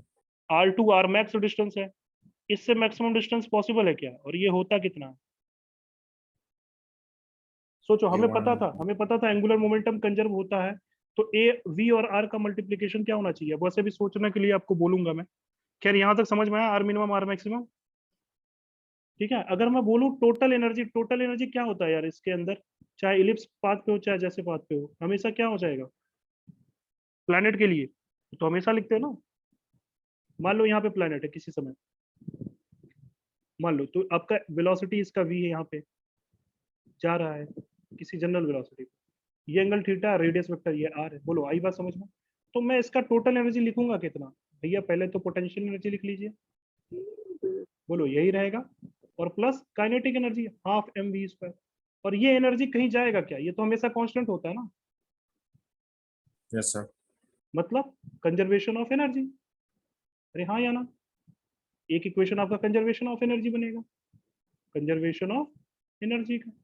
दूसरा इक्वेशन जरा देखो ध्यान से, अगर मैं बोलूं इस पर नेट फोर्स कैसा लग रहा है, जो ग्रेविटेशनल फोर्स है वो टुवर्ड्स द सेंटर, चाहे यहाँ देखो चाहे यहाँ देखो, हर जगह पे ग्रेविटेशनल फोर्स कहाँ होगा, अंदर ही लग रहा होगा। किसकी तरफ, वैल्यू अलग अलग हो सकती है क्योंकि दूरी अलग अलग है, लेकिन ग्रेविटेशनल फोर्स की डायरेक्शन किधर है। इसके अलावा और कोई फोर्स है क्या, बोलो।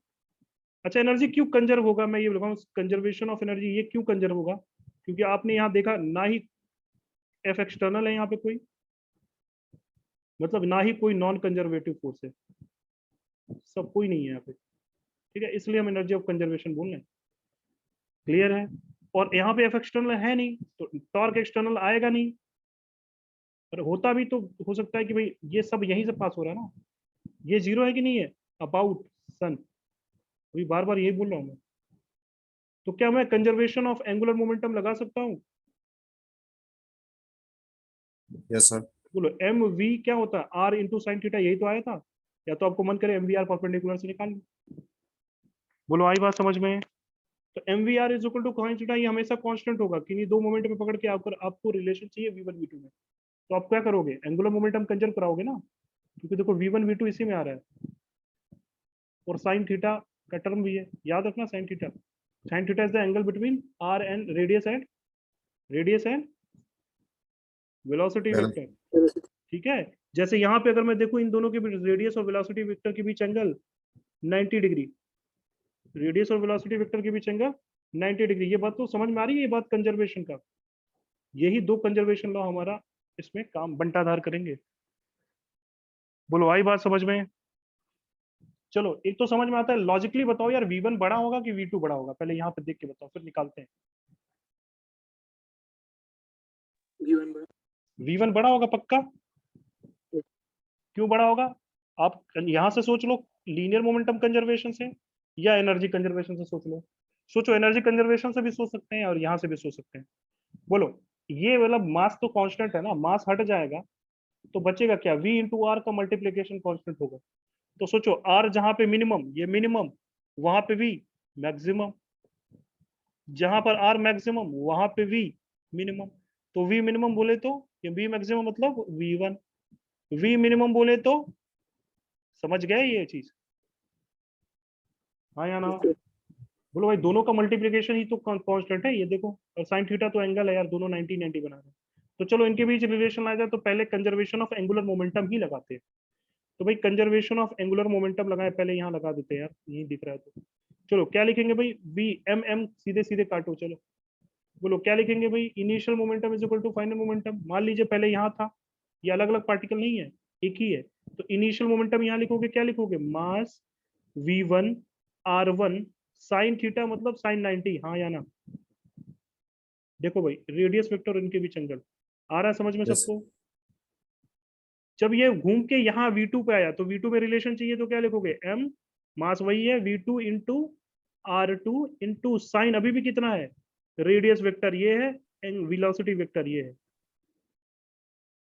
किसी बीच में होता तो एंगल दिया होता वहां और इसके बीच भी रिलेशन निकाल देते। अरे आई बात समझ में, यानी हम किसी भी पॉइंट पर इलिप्टिकल पाथ पर वेलोसिटी एक जगह की पता हो तो दूसरी जगह की वेलोसिटी निकाल सकते हैं, अगर हमें रेडियस दे रखा हो, डिस्टेंस दे रखा हो सन से, और एंगल दे रखा हो, आई बात समझ में। Yes sir.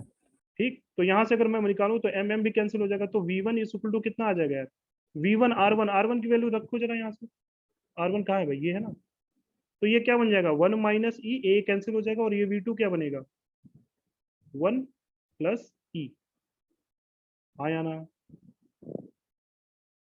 क्लियर है। Yes sir. या हम इसको इस तरह से इस इक्वेशन को यहीं पे रहने देते हैं क्योंकि हमें निकालना है ना स्पीड, चलिए इसको यहाँ पे ऐसे ही रहने देते हैं, इक्वेशन वन हो गया हमारा, ये हमने तरीका बताया क्या लगाएंगे, अब हम अप्लाई कर रहे हैं उसी को।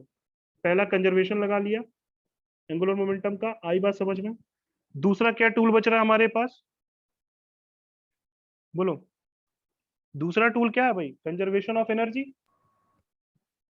अरे हाँ या ना, बोलो भाई। Yes, sir. Conservation of momentum, angular momentum यानी linear momentum equal to final angular momentum. चलिए कंजर्वेशन ऑफ एनर्जी लगाएं तो क्या होगा भाई, कंजर्वेशन ऑफ एनर्जी यानी कि क्या होगा, टोटल एनर्जी इनिशियल वाले पोजीशन पर यानी 1 वाले पोजीशन पे, टोटल एनर्जी फाइनल यानी 2 वाले पोजीशन पे, हाँ या ना। 1 वाले पोजीशन पर लगाओ, चलो यहाँ लगाओ, यहाँ वेलोसिटी है, ठीक है भाई, दूरी दे रखा है, ये आपका सन है, ठीक है। चलो लिखते हैं, सबसे पहले क्या लिखे, पोटेंशियली लिखते हैं भाई, आओ देखो। तो माइनस GMM अपॉन नीचे क्या आ जाएगा, R1 आएगा, सन से डिस्टेंस है ना, मान लो सन का मास M है कैपिटल, अरे हाँ या ना, plus half M V1 square. दूसरे पे क्या लिखेंगे भाई, GMM upon R2, finally 2 position पहुंच गया, plus half M V2 square. बोलो इक्वेशन नंबर 2, वैल्यूज डाला जाए इसमें, वैल्यूज डाला जाए यहाँ से। यस चलो सर। फ्रॉम इक्वेशन 1 से आप क्या करो, V2 की वैल्यू उठा के यहाँ डालो। V2 कितना आ जाएगा भाई, V2 आ जाएगा V1 1 माइनस की 1 प्लस, ये वैल्यू उठा के जरा इनकी जगह पे डाल दो, ठीक है। और R1 R2 की वैल्यू भी डाल दो यहाँ से, सॉल्व करो, देखो कितना आ रहा है, चलो निकाला जाए।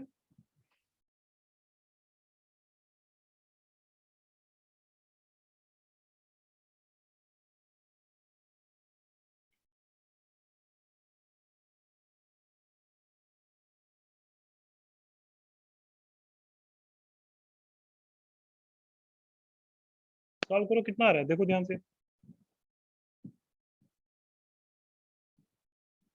V1 आएगा, V1 मतलब छोटा वाला ना, या बड़ा वाला, मैक्सिमम स्पीड। V1 क्या है, Vmax ना, और Max. V2 क्या है, V मिनिमम है। बोलो V2 मतलब दूर वाला ना, यही तो है। लॉजिकली सोचो, मैक्सिमम मिनिमम याद है ना। चलो भाई अंदर क्या बचेगा देखो,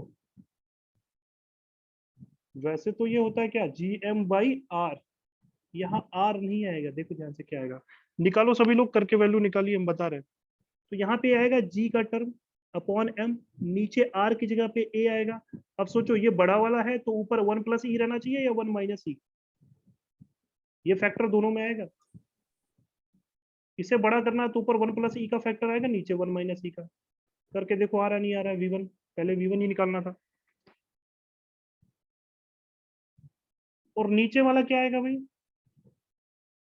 GM/A, ये फैक्टर क्या होगा, ऊपर छोटा होना है तो 1 माइनस ई, नीचे ये फैक्टर 1 से कम रख दो।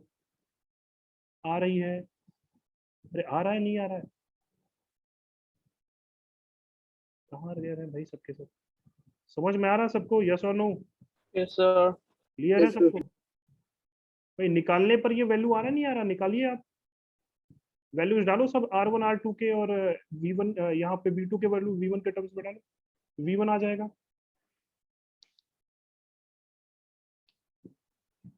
ये आई बात समझ में,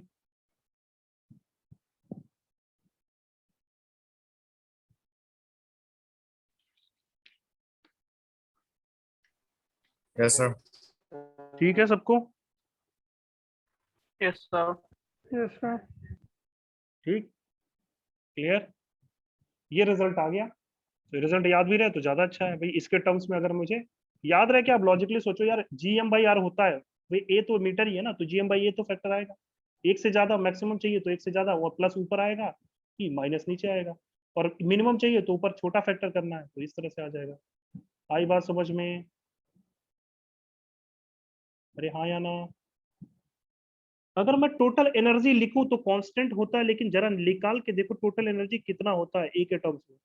मान लो इनिशियल वाले की लिख रहा हूं तो क्या लिखूंगा मैं, GMM upon R1, initially energy लिख रहा हूँ, मान लो ये वाला, इस सबको जोड़ो जरा कितना होता है ए के टर्म्स में, तो प्लस हाफ, जब इनिशियल पोजीशन पे था वही तो कांस्टेंट है, half M V1 square. Values डालो अब यहाँ पे, कितना आ जाएगा भाई, माइनस GMM, और नीचे क्या आ जाएगा A, और ये होगा कितना, R1 क्या था, ये R1 क्या था, मिनिमम था ना, 1 minus. ये था A टाइम्स 1 माइनस ई था, और इसके करस्पॉन्डिंग यहाँ पे जो R2 था वो कितना था, ए वन प्लस ई, जो मैक्सिमम के साथ मिनिमम और मिनिमम वेलोसिटी के साथ मैक्सिमम आर मैक्स। तो ये कितना है भाई, R one 1 minus E, values डालो, half times M V one square, मतलब इस ब्रैकेट को खोल दीजिए, तो G M by A 1 plus square से रख लो 1 plus E minus 1 minus E. जरा इसको सॉल्व करिए कितना आएगा, और ये टोटल एनर्जी होगा। तो टोटल एनर्जी का फंक्शन देखो, क्योंकि कभी कभी हमको इसका यूज पड़ जाता है कभी कभी, तो एनर्जी भी लिखने आना चाहिए इलेक्ट्रिकल केस में, किसी भी पॉइंट पे एनर्जी देखो करके क्या ये आ रहा है कि नहीं आ रहा है, आर की जगह बस ए आ जाता है। Yes sir. आ रहा है सब लोग देखो सॉल्व करके, ये नीचे नीचे Yes, ए sir. और ई है ही है, हाफ एम है ऊपर, इनको ऐड करो ना सीधे सीधे आ जाएगा। ये आ रहा नहीं आ रहा है? तो टोटल एनर्जी इस केस में भी तो Yes, sir. कांस्टेंट रहती है, ये कोई डिसिपेटिव फोर्स नहीं है, ये हमेशा कांस्टेंट रहेगी। याद रखना इलिप्टिकल पाथ में भाई, ये जब टोटल एनर्जी लिखते थे सर्कुलर में तो यहाँ आर आता था, बस इसमें क्या हो जाएगा, इसमें क्या हो जाएगा, Mhm. तो टोटल एनर्जी किस पे डिपेंड करती है, अगर मैं ए को चेंज करूं अलग अलग पाथ के लिए अलग अलग एनर्जी, ओनली डिपेंड्स अपॉन किस पे Mhm. भाई, मास दोनों तो रहेंगे ना, प्लैनेट और सन तो रहेंगे, तो depends upon only, depends upon only depends upon A, मतलब length of semi major axis. हाँ या ना, यस सर। क्लियर है? तो हमें बहुत अच्छे से समझ में आ गया कि अब यहाँ की दोनों की स्पीड को हम डायरेक्ट लिख सकते हैं। कहाँ गया यार ये v1 जो भी है, मतलब यहाँ पे आप लिख सकते हो ना सीधे सीधे, under root G M upon A, v1 बड़ा होना चाहिए तो 1 अपॉन ई, मतलब ये ऊपर प्लस आ जाएगा, और ये वहां पे इसके उल्टा आप लिख सकते हो। ठीक, खैर आई बात समझ में? हाँ या ना? और Yes, sir. लॉजिकली सोचो, तुम लॉजिकली सोचो क्या हो क्या रहा है। अगर ये पाथ इलिप्टिकल है, अगर ये सर्कुलर होता तो v स्पीड कांस्टेंट होती। मैं यहाँ बना के आपको समझा देता हूँ।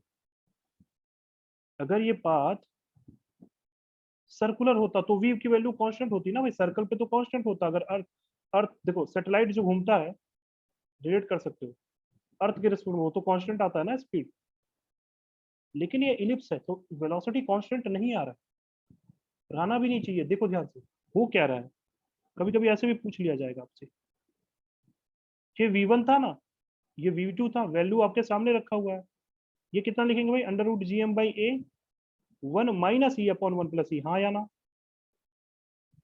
सन यहाँ पे है तब बोल सकते हैं v1 v2। ठीक, सन पलट दिया जगह तो v1 v2 की वैल्यू भी बदल जाएगी। सन जब यहाँ था तब की बात कर रहा हूँ।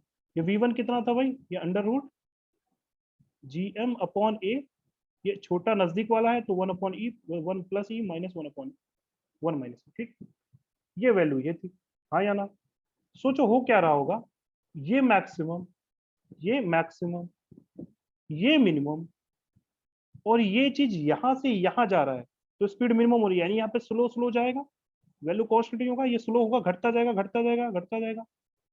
अरे हाँ या ना? स्पीड स्लो स्लो जाएगी, और जैसे यहाँ पे पहुंची मिनिमम, फिर धीरे धीरे इंक्रीज करेगा स्पीड। तो पूछ सकता है भाई, इलिप्टिकल पाथ में कोई भी प्लैनेट मूव करता अराउंड द सन तो क्या स्पीड कांस्टेंट होती है? अपर हाफ में धीरे करेगा स्पीड, स्पीड डिक्रीजेस, नीचे वाले लोअर हाफ में क्या करेगा, स्पीड इंक्रीजेस। हाँ या ना? बोलो। Yes sir. मतलब स्लो जाएगा और नीचे फास्ट जाएगा, मैक्सिमम करेगा यहाँ पे। लॉजिकली सोचो, अगर ये स्पेशल केस भूल जाए इसी इलिप्स का, सर्कल, तो सभी जगह पे स्पीड क्या हो जाएगी, कांस्टेंट होगी। हाँ या ना?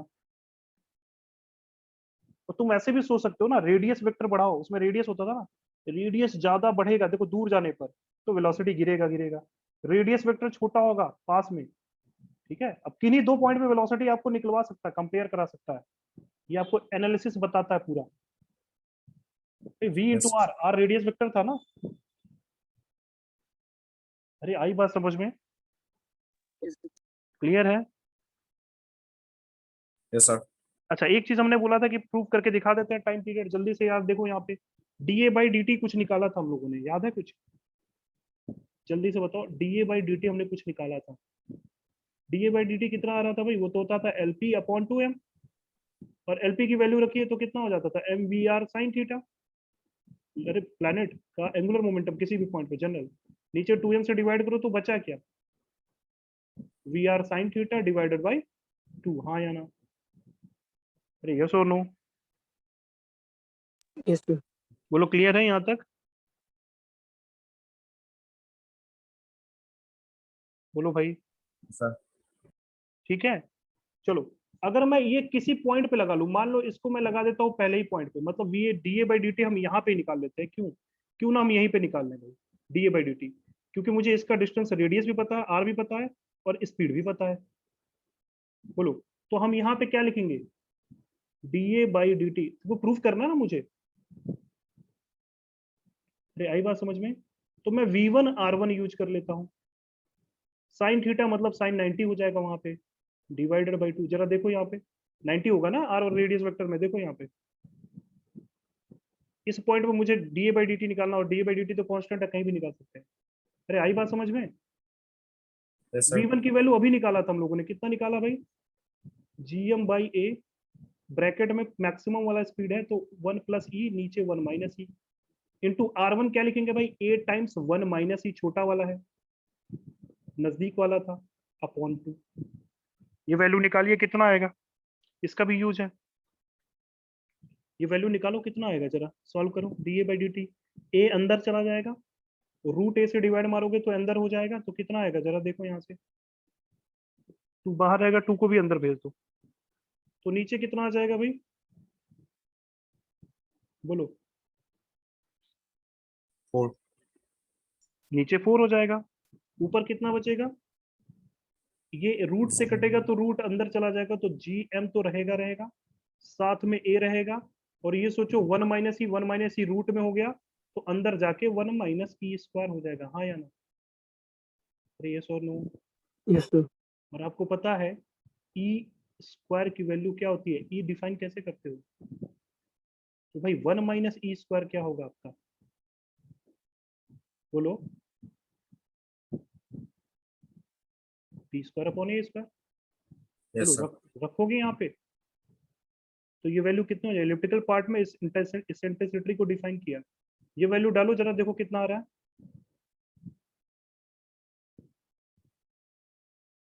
ये आ रहा नहीं आ रहा है? सॉरी, 4 टाइम्स ए भी तो रहेगा, नीचे यहाँ पे स्क्वायर करोगे तो एक ए कैंसिल होगा, ए भी तो रहेगा। रख के देखो यहाँ पे वैल्यू डाल के देखो, कर लोगे? ये value B square upon A square, एक ए कैंसिल हो जाएगा, नीचे 4 है। बोलो आई बात समझ में? तो Yes, sir. D A by D T जो है यही तो कांस्टेंट आ रहा था यार। और देखो D A by D T अगर पूछे, क्या वो लेंथ, क्या वो ए पे डिपेंड करेगा? हाँ। क्या बी पे डिपेंड करता है? हाँ। क्या मास पे डिपेंड करेगा जो घूम रहा है? नहीं, पूछ भी सकता है। ये एक्सप्रेशन बहुत इंपॉर्टेंट है ये भी, हालांकि कोई बताता नहीं, खैर हमें तो समझ में आना चाहिए क्योंकि हमने प्रूफ करना है ये। भाई अगर मैं एक पाथ मानूं तो उस पर ए और बी कांस्टेंट है, सन का मास कांस्टेंट है, तो ये वैल्यू कांस्टेंट आएगी नहीं आएगी? यहाँ से भी प्रूफ कर सकते हैं, यस सर यस और नो? और अगर ये एक बार पता चल जाए, सोचो ये क्या चीज है? Aerial speed, Yes, sir. Area cover करने की स्पीड। सोचो मुझे टाइम पीरियड निकालना है, तो अगर टाइम पीरियड निकालना होगा तो पूरे इलिप्स के एरिया कवर करनी पड़ेगी ना। ये चीज न्यूटन ने किया था। आई बात समझ? ये कहीं बुक में मिलेगा नहीं आपको, पहले बता रहा हूँ ये चीज। टाइम पीरियड क्या होता है भाई? पूरे इलिप्स का अगर मैं बोलूँ कि मान लीजिए ये इलिप्स है और मुझे इस पर टाइम पीरियड पूछा है प्लानेट का, तो अभी मैंने को प्रूफ करना था ना, ये ए पे पावर 1/q मतलब होता है, ए पे पावर 3/2 के पावर के बराबर होता है टाइम पीरियड। तो अगर ये इलिप्स है और ये घूम रहा है तो इसका टाइम पीरियड बताइए कितना होगा? यही तो पूछा गया है। तो टाइम पीरियड के लिए क्या करेंगे? पूरे इलिप्स का एरिया लेंगे भाई। अरे एरिया कितना रेडियस वेक्टर स्वेप्ट करेगा पूरे टाइम पीरियड के लिए? पूरा एरिया स्वेप्ट करेगा ना। पाई भी इलिप्स का एरिया क्या होता है भाई? मान लो पाई इसका भी टाइम पीरियड टी है, तो एरिया हो जाएगा, एरिया ऑफ इलिप्स क्या होता है? हाँ, पाई, याद है? Pi times A B. Yes, sir. और ये एरिया है और ये टाइम है, तो यहाँ से भी एरियल स्पीड और ये एरियल स्पीड सेम आनी चाहिए नहीं आनी चाहिए? यानी D A by D T, मान लो टी टाइम में प्रूव किया ये, तो यहाँ से D A by D T क्या लिखेंगे? एरिया इलिप्स का, तो पाई ए बी, और इस पे टोटल टाइम लगा तो टी कॉन्स्टेंट है तो लिख सकते हैं, हाँ या ना? तो यहाँ से वैल्यू रख दीजिए, pi A B by T, और टी की वैल्यू हमें निकालनी है, तो क्या आ जाएगा भाई? T is equal to pi A B by D A by D T, और D A by D T की वैल्यू उठा के डाल दो, देखो क्या आ रहा है। तो बी और स्क्वायर से बाहर बाहर निकलेगा, ये कैंसिल हो जाएगा, ए जाएगा ऊपर, एक अच्छा एक ए पे पावर 3/2 बन जाएगा, और नीचे क्या बनेगा देखो, फंक्शन वही आ रहा नहीं आ रहा है, नीचे 4 है, रूट से निकलेगा तो 2, तो 2 पाई, ए पे पावर ऑलरेडी 1 था, नीचे से 1/2 गया, अंडर रूट जी आ रहा नहीं आ रहा। Yes sir. Yes, time sir. Period किस पे डिपेंड कर रहा है, तुम सोचो बी पे बोल रहे थे, हालांकि इन्होंने बोला था, हमने प्रूफ भी कर दिया, ठीक है। तो बोलो भाई, टाइम पीरियड सिर्फ किस बात पे डिपेंड करेगा कि लेंथ ऑफ 7 मेजर एक्सिस के पावर 3/2, यही केपलर्स का थर्ड लॉ है। अरे आई बात समझ में, इतनी मैथमेटिक्स यूज हुई, ठीक है। और ये सब इंपॉर्टेंट रिजल्ट है भाई, बहुत जगह पे Yes, यूज हो जाते हैं। और कुछ मैं इंपॉर्टेंट रिजल्ट लिखवा देता हूँ आपको। एक तो ये हो गया, समझ में आई बात, यस पूरा सर। मैथमेटिक्स के अंदर, Sir. ठीक, इस तरह से प्रूव किया था, ठीक। तो टाइम पीरियड हमने प्रूव कर दिया, ये थर्ड लॉ का प्रूफ है,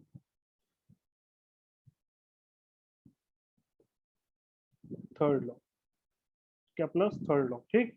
अच्छा एक चीज और, 2-3 चीजें मैं बोल लेता हूँ यार, इसको कर लो, एक दो चीज और मैं आपको बोलना है। अच्छा एक काम करो, आर मैक्स आर मिनिमम तुम्हें निकलने आ गया ना, ये पहले इसका स्क्रीनशॉट ले लो जल्दी से।